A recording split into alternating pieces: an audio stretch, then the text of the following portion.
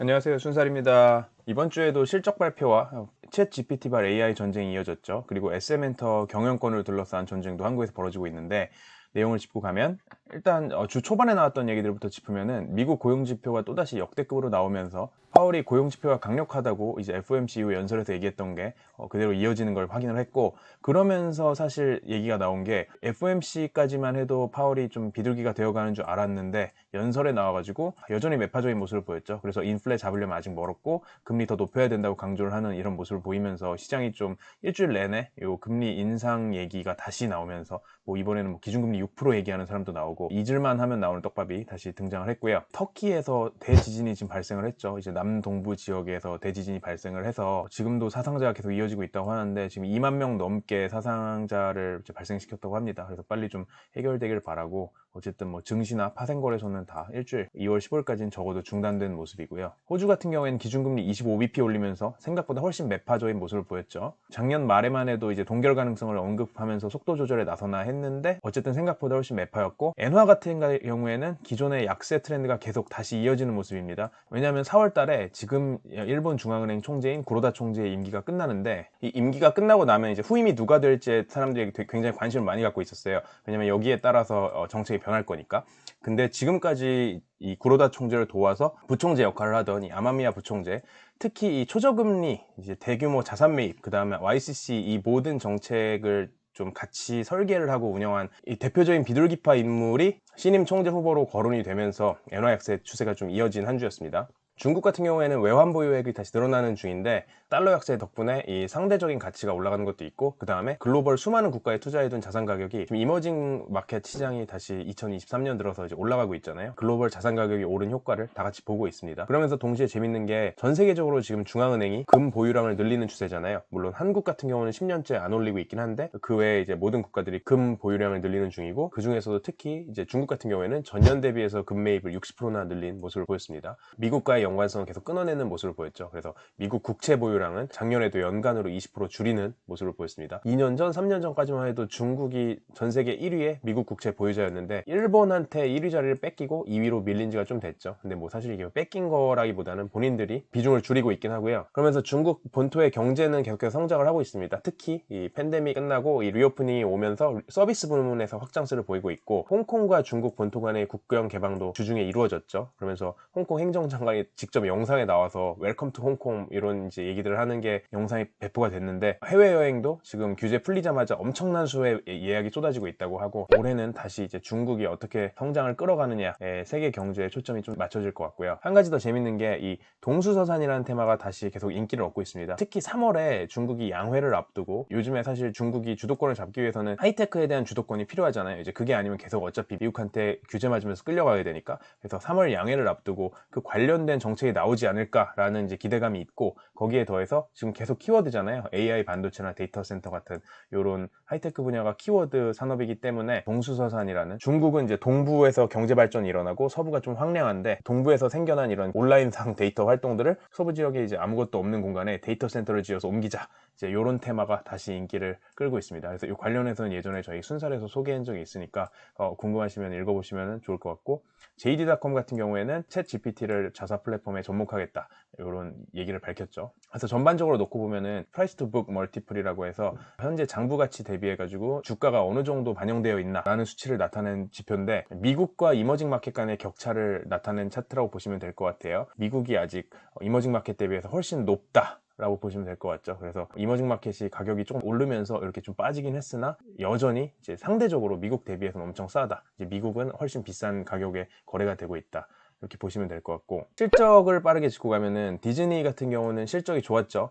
테마파크가 돌아오고 있어요. 사실 OTT라는 게 최근 2년 정도의 쓰임이었지, 그 전에는 테마파크가 콘텐츠와 함께 이제 양대 축이었죠. 디즈니 매출의 현재 37% 정도가 되는데 테마파크 실적이 좋았고, OTT 같은 경우도 가입자 수가 줄긴 했는데 걱정만큼은 안 줄었고, 그러면서 2년 만에 다시 돌아온 이 디즈니의 전설인 이 밥 아이거가 체질 개선을 다시 하고 있죠. 저는 구조조정도 구조조정인데 관심 있게 보는 거는 최근 2년간 맡았던 이 이 밥 샤펙이라는 사람이 회사의 이제 실권들, 회사의 뭐 주도권들을 각 컨텐츠를 만드는 각 부서가 아니라 좀 더 이제 중앙 집권화를 하려고 했으면은 다시 밥 아이거가 돌아와서 실무진들한테 다시 그 실권을 돌려준다. 너네가 좀 자율적으로 좋은 컨텐츠 많이 만들어달라 이런 식으로 다시 뿌리고 있어서 좋은 컨텐츠를 잘 만들어낼 수 있는 이 디즈니의 이제 좀 본질에 다시 좀 집중하는 게 아닌가라는 생각을 하고 있고, 장난감 회사 같은 경우에는 팬데믹 끝나면서 실적이 꺾였죠. 전반적으로 다들 마텔이나 헤즈브로 둘 다 힘든 상황이긴 한데, 두 가지 회사의 이제 큰 방향성의 차이가, 마텔 같은 경우에는 장난감만 만들다가 컨텐츠로 점점 확장을 하고 있고 엔터테인먼트 쪽으로 확장을 하고 있죠. 뭐 바비 인형 실사판 영화도 나온다 그러고, 근데 헤즈브로 같은 경우에는 뭐 트랜스포머 영화도 만들고 하는 식으로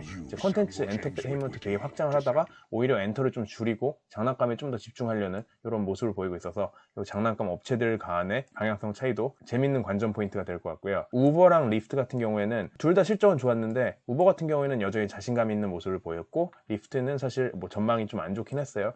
근데 보시면은 사실 우버는 좀 더 다변화된 비즈니스로 좀 늘어가는 모습이고, 리프트는 아직은 그거보다는 조금 덜 다변화된 느낌이라서 저는 방향성이 좀 다르지 않은가 하는데, 우버는 지금 승차경이랑 음식 배달이 거의 5대5 수준으로 비즈니스가 유지가 되고 있고, 여기다가 이제 우버 프라이시 아주 미미하긴 하지만 계속해서 실적을 조금씩 쌓아가고 있긴 합니다. 2022년 통으로 놓고 보면 굉장히 안 좋은 성과긴 한데, 디디나 그랩 같은 아시아에 투자해놓은 지분 가치들이 조금은 반등을 하면서 앞으로의 기대감을 더해주는 모습을 보였고, 스타벅스 같은 경우에는 실적이 안 좋았던 게, 중국에서 작년 4분기까지는 팬데믹 봉쇄가 있었잖아요. 이제 그러다 보니까 매장이 닫으면서 스타벅스의 2위 시장인 중국에서 타격이 있었고, 대신에 미국에서는 여전히 잘 컸습니다. 동일 매장에서 나오는 매출이 연간으로 10%가 오른 게 소비자 수도 일단 더 많아지고, 그 소비자들이 와서 쓰는 돈도 더 많아지고, 이런 식으로 이제 미국 본토에서는 실적이 잘 나왔고요. 중국이 살아나면은 스타벅스는 계속해서 잘 되지 않을까라는 게 저의 개인적인 예측이고, 연말에 기프트카드 구매하는 수요도 역대급이었다고 해요. 올해는 좀 더 기대해봐도 좋지 않나라는 생각이고요. 펩시, 켈로그 같은 소비재 식품 회사들 실적 좋았죠. 계속해서 가격 올리면서 인플레 핑계 대는데도 소비는 계속해서 하고 있다. 물론 이제 펩시 같은 경우에는 가격이 너무 높아지니까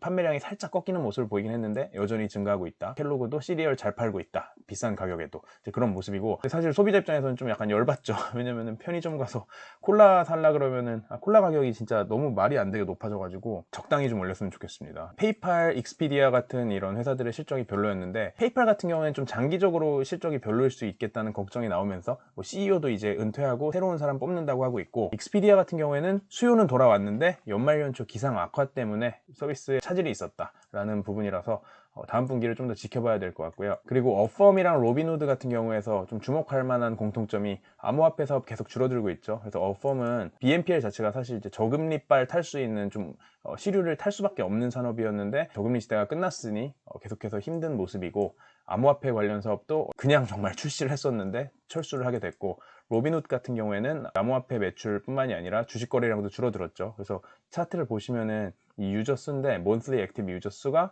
다시 2년 전 수준 아래로도 이제 내려왔습니다. 그래서 이제 팬데믹 발은 완벽히 끝났고, 이 안에서 어떻게 돈을 벌 것인가에 집중을 해야 되는데 아직은 손실을 내는 회사죠. 그리고 전 세계 모든 이의 관심이 앞으로 제 생각에 한 두세 달은 그래도 더 갈 것 같은데, 이 챗 GPT라는 컨셉에 대해서 구글이 지금 이번 주에 대답을 내놨죠. 이제 마이크로소프트의 챗 GPT에 대항해서 바드라는 서비스를 내놨는데, 쇼케이스를 되게 빠르게 진행을 했는데 답변 오류가 나면서 투자자들이 대실망하면서 오히려 역효과가 나왔고, 구글 입장에서는 자기들의 본체를 흔들어 놓을 수도 있는 이런 기술이다 보니까 집중을 해야 되니 챗봇 회사에다가 이제 신규 투자도 발표를 하긴 했어요. 그러면서 AI 챗봇 업종 전반이 이 좀 더 작은 회사들 주가들이 다 같이 치솟아 오르는 모습을 보였고, 바이두, 텐센트, 알리바바 같은 중국 회사들도 계속해서 이제 개발을 하고 있다고 하고요. AI 관련된 특허는 중국계 회사들이 엄청나게 많이 낸 상황이죠. 그리고 이번 주에 소프트뱅크 실적이 나왔는데 굉장히 안 좋았죠. 예상대로 안 좋았고, 손정희 회장이 이제 이번 분기에 사상 처음으로 직접 실적 발표 안 하고 CFO한테 맡겨버렸죠. 그래서 지금 비전 펀드 돈은 이제 거의 다 썼는데 누적 적자가 엄청나게 큰 상황이고, 근데 이 많은 것들이 사실 좀 장 좋을 때 비싼 정도가 아니라 몇 배씩 더 주고 엄청 비싸게 팍팍 질렀던 게 지금 역풍을 맞고 있는데, 이분 같은 경우에는 업앤다운 스윙이 몇십 조 단위로 엄청나게 큰 분이어가지고 올라갈 때도 똑같이 또 올라가는 사람이라서 이번 고비를 또 버텨내고, 이 사람이 어떻게 또 올라갈 것인지 지켜보면서 어떻게 그걸 뒤에서 쫓아갈지 보다 보면은 다음 흐름을 좀 탈 수 있지 않을까 생각을 하고요. 하여튼 뭐 당분간은 힘들겠죠. 마이크로소프트, 액티비전, 블리자드 인수합병 70조, 80조 엄청난 거대한 규모의 인수합병권에 대해서 지금 반독점 심사가 각국에서 진행 중인데, 영국에서는 부정적으로 코멘트를 내놨죠. 끝날 때까지 끝난 게 아닙니다, 이 M&A라는 게. 그래서 이 정도 규모에서는 계속해서 지켜봐야 되는 상황인 것 같고, 같고, 소니와 닌텐도가 좀 이 게임기 판매에 있어서 방향성이 갈리는 모습이에요. 이제 닌텐도는 닌텐도 스위치 지금 몇 년 동안 잘 팔았는데 2017년에 했으니까 지금 5년이 넘었잖아요. 6년째가 되는데 약발이 떨어지면서 실적도 전망도 다 안 좋아지는 모습. 그래서 신제품 내놔야 되는 곳이고, 소니 같은 경우에는 이 플레이스테이션 5가 어쨌든 아직은 훨씬 더 쌩쌩하니까 요거를 아예 전망치를 더 높여잡는 모습을 보였습니다. 그리고 하나 굉장히 열받는 사건이, 일본에서 보안 카메라 회사들 주가가 되게 밈주식처럼 치솟았는데, 이 짤방 보시면은 이 회전 초밥집 가가지고 어떤 정신 나간 놈이 이 진짜 간장에다가 막 침 바르고 있고, 초밥 위에다가 자기 침 바르고 있고 뭐 이런 미친 짓을 하는 것들이 밝혀지면서, 회전 초밥이라는 산업이 일본에서 굉장히 큰 산업이거든요. 이제 몇 조짜리 산업인데 그 산업 전반에 감시 카메라가 도입이 돼야 되는 게 아닌가라는 기대감과 함께 이런 주식이 오르고, 진짜 일본에서는 보기 힘든 강도 사건이 문제를 일으키고 있죠. 필리핀에 있는 일본인 이 악당이 이 SNS를 통해서 일본 현지에 강도단을 모집을 한다, 이런 사건들, 흉흉한 사건들 때문에 뭐 이런 주가들이, 보안 카메라 회사들이 오르고 있습니다. 그리고 짤막하게 이제 비욘세와 르브론 제임스가 다 역사를 썼죠. 비욘세는 그래미상 역대 최다 수상자, 르브론 제임스는 미국 NBA 사상 역대 최다 득점자 등극을 했는데, 르브론 제임스 같은 경우에는 마이클 조던과 누가 더 낫냐, 역사적으로 누가 더 고트냐라는 논쟁이 붙은 사람인데, 어쨌든 이런 기록을 쓰면서 하나 더 이제 비빌거리를 만드는 모습입니다. 그리고 ESG라는 컨셉의 약팔이가 지금 끝나가는 모습인데, BP 같은 경우에는 팬데믹 기간 동안 ESG 마케팅 하다가 이번 실적 발표하면서 접어뒀죠. 그래서 팬데믹 동안에는 2019년 대비 석유 가스 생산량을 10년 후에는 40% 줄인다라는 목표였는데 이제는 25%만 줄인다라고. 실적이 이렇게 좋은데 사실 뭐 25% 40% 이게 무슨 의미가 있나 싶어요. 그리고 에너지 수요가 지금 공급에 비해서 수요가 아직 훨씬 많은 상황이다 보니까 지금껏 좀 거짓말을 해왔던 거를 이제 안 하는 모습인 것 같고, 저는 쉘 같은 경우에는 근데 이제 기관 투자자들이 모여서 소송을 걸었죠. 쉘에다가 친환경 에너지 전략 왜 제대로 실행 못하냐, 제대로 해라 라는 식으로 소송을 당하고 있고, 그래서 이게 또 함부로 우리 ESG 안 한다라고 얘기할 수는 없는 감시꾼들이 있는 상황이긴 하고요. 그러면서 동시에 일본에서는 이제 나라에서 나서서 펀드들한테 니네 그냥 ESG 아니면서 ESG라는 키워드 붙여서 약 팔면은 너네 안 된다, 그런 상품 출시하지 말아라 라고 막았죠. 사실 이거는 진작에 나왔어야 되는 것 같은데, 뭐 어차피 다들 똑같이 뭐 구글, 마이크로소프트 주식 사면서 ESG라는 이름 붙여서 나온 경우 되게 많았어가지고 자정작용이 일본에서 일어나고 있는 것 같고요. 마지막으로 이제 한국 사건을 보면은 SM 경영권을 둘러싸고 전쟁이 일어나고 있죠. 일단 이 카카오와 하이브 간의 지분 경쟁이 지금 일어나기 전에, 며칠 전에 SM 3.0이 발표가 됐죠. 그래서 이제 지금까지는 총괄 프로듀서, 이수만 총괄 프로듀서 산하로 중앙 집중화되는 모습이었으면은 멀티 레이블, 멀티 제작 센터 두고 각각의 레이블들이 돌아가는 훨씬 더 이제 현대화된 모델이죠. 컨텐츠를 정말 여기저기에 뿌려두고 알아서 이제 독립적으로 만들게 하는 그런 모델로 바꾸겠다, 프로듀싱 이 병목을 없애버리겠다 라는 전략을 내놨었는데, 카카오가 이제 되게 오랫동안 SM엔터 지분 매입 협상을 해왔었잖아요. 가격이 비싸다고 안 들어온다 이 얘기를 계속 하고 있었는데, 최근에 다시 불이 붙으면서 지금 2대 주주로 들어왔었죠. 이제 주초에 들어왔는데, SM엔터의 경영진과 카카오가 같이 이제 힘을 합쳐가지고 이제 이수만 아저씨를 이제 몰아내는 그런 구조였는데, 거기에 대해서 이수만 아저씨가 이제 소송 걸면서 하이브를 백기사로 끌어들여서, 이제 방시혁 선생님을 끌어들여서 하이브한테 아예 그냥 지분을 팔아버렸죠. 지분 팔면서 공개 매수해서 아예 그냥 너네 회사 해라, 총 한 40% 지분까지 가져가라 라는 식으로 이제 이수만 아저씨의 백기사로 들어왔고, 그래서 카카오 대 하이브가 전쟁을 하는 모습이라서 꿀잼. 저 같은 경우는 되게 재밌게 지켜보고 있습니다. SM 주주분들은 되게 좋을 것 같아요. 왜냐면은 이제 비싼 가격에 계속해서 공개 매수하려는 사람들이 많다 보니까 좋을 것 같고, 이 진작에 들어와서 체질 개선을 시작을 했더니 온라인 파트너스 같은 경우도 굉장히 뭐 어그로 끌면서 노력한 거 대비해서 작년에는 수익률이 안 좋았던 걸로 알고 있는데, 이 SM 관련해서는요. 근데 덕분에 이 행동주의 투자자, 이 액티비스트의 영향력을 좀 더 보여줄 수 있지 않을까라고 생각을 합니다. 애플 같은 경우에는 애플페이를 한국에 출시한다고 공식 선언을 했죠. 그러면서 미국에서는 이제 BNPL도 테스트 출시를 직원들 대상으로 하는 모습입니다. 그래서 애플의 새로운 서비스들도 이제 곧 우리가 만나볼 수 있을 것 같고요. 그리고 다음 주에는 미국의 물가, CPI, 그리고 소매 판매, 이런 식의 이 소매 지표들, 경제 지표들에 주목한 한 주가 될 것 같습니다. 그러면 저희는 다음 주에 또 다른 재밌는 순서로 돌아오겠습니다. 안녕.